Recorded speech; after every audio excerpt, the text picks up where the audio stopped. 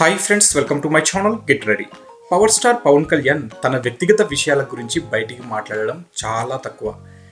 అలా ఎప్పుడైనా మాట్లాడాడు అంటే అన్నయ్య చిరంజీవి కంటే వదినమ్మ సురేఖ గురించే ఎక్కువగా మాట్లాడుతుంటాడు.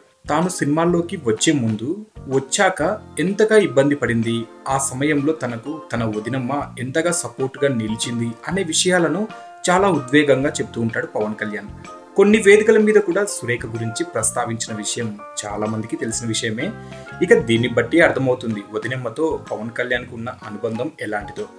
అయితే గత కొన్నేళ్లలో తనకంటూ ఒక స్పేస్ ఏర్పాటు చేసుకుని మెగా ఫ్యామిలీకి కొంచెం దూరంగా జరిగిన నేపథ్యంలో చిరుతో అయినా ఆయన కుటుంబ సభ్యులతో అయినా పవన్ కళ్యాణ్ కనిపిస్తే అందరూ ఆశ్చర్యపోయి చూసే పరిస్థితి.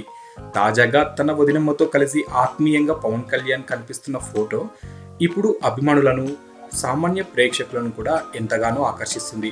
ఇక ఈ ఫోటో సోషల్ మీడియాలో హల్చల్ చేస్తుంది.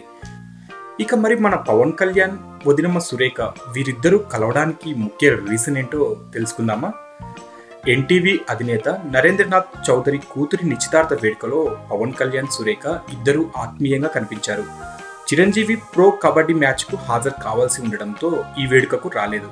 దీంతో ఆ నిశ్చితార్థానికి సురేఖ మాత్రమే హాజరయ్యారు. మరోవైపు పవన్ కళ్యాణ్ తన మిత్రుడు త్రివిక్రమ్ శ్రీనివాస్తో కలిసి ఈ కార్యక్రమానికి వచ్చాడు. ఈ సందర్భంగా వదినమ్మతో ఆప్యాయంగా మాట్లాడుతున్న పవన్ కళ్యాణ్ ఫోటో అందరినీ ఆకర్షించింది. మెగా అభిమానులకు ఈ ఫోటో మహా ఆనందాన్ని కలిగించింది. సో ఫ్రెండ్స్, మీకు ఈ వీడియో నచ్చితే లైక్ చేయండి, షేర్ చేయండి. మరిన్ని ఫిల్మ్ అప్డేట్స్ కోసం మా ఛానల్ని సబ్స్క్రైబ్ చేయండి.